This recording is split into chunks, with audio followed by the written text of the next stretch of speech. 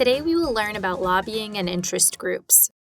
Have you ever wanted Congress to pass a law that benefits you? This is what lobbyists and interest groups do, but on a much larger scale. It is Congress's job to make laws. To make laws, Congress must write bills and then vote on them.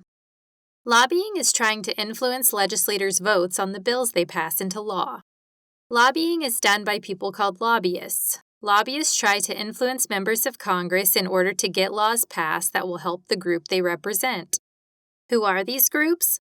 Lobbyists work for groups called interest groups. Interest groups are organized groups of people who share a set of goals and try to influence the government to make laws that support these goals.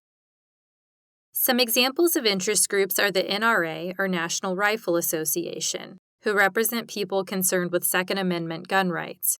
The NRA is one of the wealthiest groups. The AARP, or American Association of Retired Persons, represents the interests of the elderly.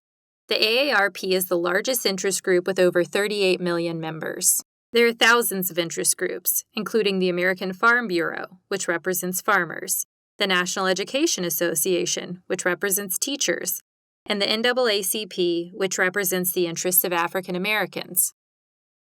Interest groups have three main roles.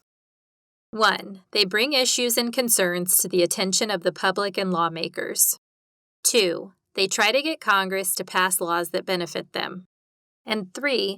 They support political candidates who benefit their group's interests.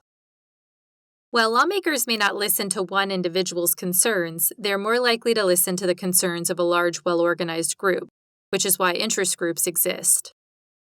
Some people have concerns that the largest and wealthiest interest groups have too much influence over which laws are passed. While these interest groups may be large, they still only represent the interests of a small percentage of the country as a whole. Which brings us back to lobbyists.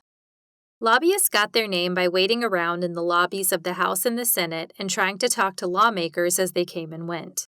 This earned them their name, lobbyists. Today, lobbying is sometimes done by volunteers, but is often a full-time job paid for by interest groups. Lobbyists also have three major roles. 1. They must understand how the government works. 2. They must know which government departments to contact about which issues. And 3. They must have plenty of persuasive information to support their position. Before a lobbyist meets with a lawmaker, they have researched, met with other experts and individuals, and gathered reports and statistics. Sometimes members of the House and Senate get ideas for new laws by listening to lobbyists. They will then call on these lobbyists to present their information before large groups of lawmakers at committee meetings on the bill. Lobbyists try to win legislators' support by giving them fancy meals, trips, and large campaign donations.